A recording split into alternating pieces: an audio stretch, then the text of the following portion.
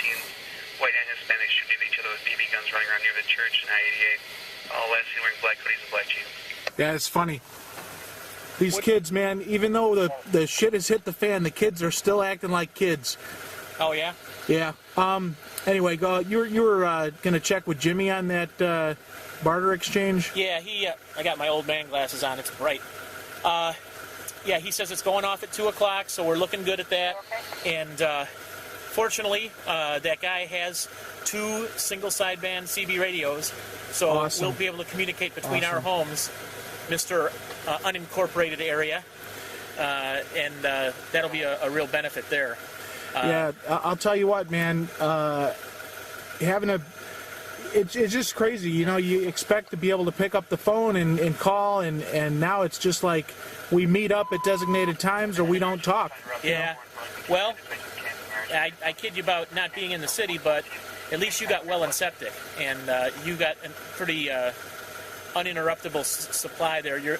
I'm just worried our toilets are going to overflow one of these days. I don't know how sewage works, but you know, city services are getting worse and worse, and it's not bad. But the CBs will be a good thing. Luckily, we got some more silver left, so we can get those radios. Hey, Jimmy also told me, I don't want to hear about it. I know I should have done this before the collapse, but I can get rid of this for a 9mm. It's all set. So then you and I will be standardized around ammo. And yeah, I'll tell you, it's nuts, idea, man. But yeah, that's great. I was doing a little war driving here, and I was unable to get any signal, but thank God for the CB that we're going to get, and thank God for the scanner, because I'll tell you, man, we took communications for granted, and now it is just insane. The looters are huge in the city right now. I managed to get a signal from Chicago, and they're just nuts. Let me turn this down. Over here, it's mainly on the east side, so when we go to this barter exchange, I think we're going to be good. I know I say it all the time. I was an infantry soldier, and I know you say, yeah, that was 50 pounds and 20 years ago. But remember, when we go to this barter exchange, infantry tactics, we want to make contact with the enemy with the smallest element possible. So we stay separate. I'll always be on the right. You always be on the left. Preferably, people don't even know we're there together. And that way, if somebody gets the drop on you, I can choose when to engage them, and vice versa. If we're standing right together, one guy can pull a gun and both of our hands are up. So it's good that we're both big guys and we're not an inviting target, but the fact that we're going to be keeping our separate distance, that'll really help. Remember I used to tell you in basic training, they'd say, hey, quit bunching up. You know, one hand grenade will get all of you guys, you know. And but anyway, so we keep our distance, we keep a low profile. And, well, I don't need to tell you about keeping observant. You were a bouncer. Yeah, I'll tell you what. I'm really glad I got this radio, because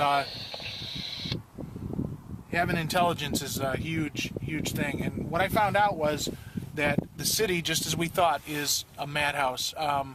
You know, anyone that's holed up in the city, our prayers go out to them. But it's not looking good for folks in the city, because, you know, you've got so many people, and so many people are in need, and a lot of people are resorting to some bad things.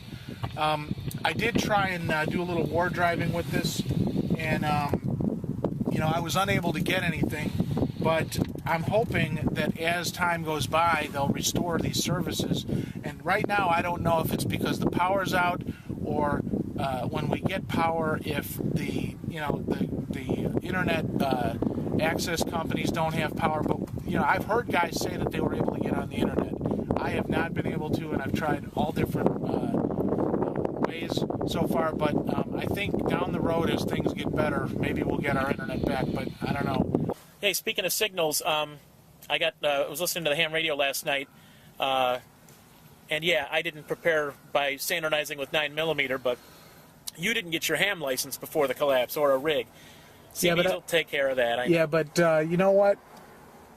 I know how they operate. All I got to do is key up that mic and talk. So. Yeah. Well, last night someone else did that. This guy, Southern Prepper 1, he calls himself. You know, we don't use our call signs anymore because you don't want people to know your address, but He's not a ham radio operator. He said so, and I believe it because he doesn't really know a lot of our etiquette online, on the radio. But he says he's from South Carolina, living in a retreat with, community with other families, very rural.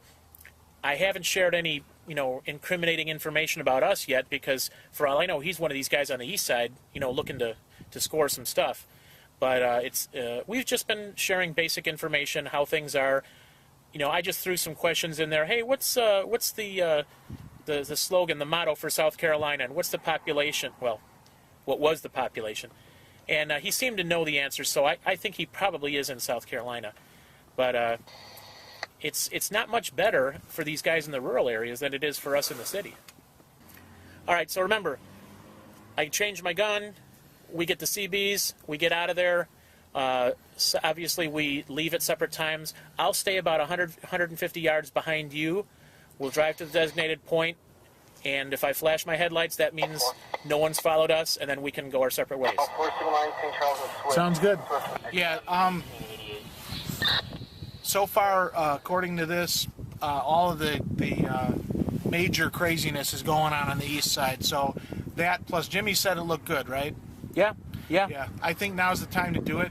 We get in and we get out. And you know what? We reserve the right to back out at any point. So if it starts looking hairy, we'll just get out of there. It should be pretty safe. Do you know who organized this? No. The gun show people that used to meet at the county every month. That makes sense. There's going to be a lot of guns there, so it should be safe at the barter exchange. It's just leaving that always concerns me. Yeah, it makes sense. Half the time I wish I was one of these guys who started up these barters, but they're probably making money. But I'll tell you what, I would not want to be in their shoes because security, it's a nightmare. Even with guys that are as armed as I hear they are over there, it's just not something I'd want to be doing because your life expectancy's got to be a lot less. But you know what they say, desperate people do desperate things. They sure do, and we're about to go right into the fire with them. So, hey, we'll talk to you. All right, I'll see you over there. All right, later.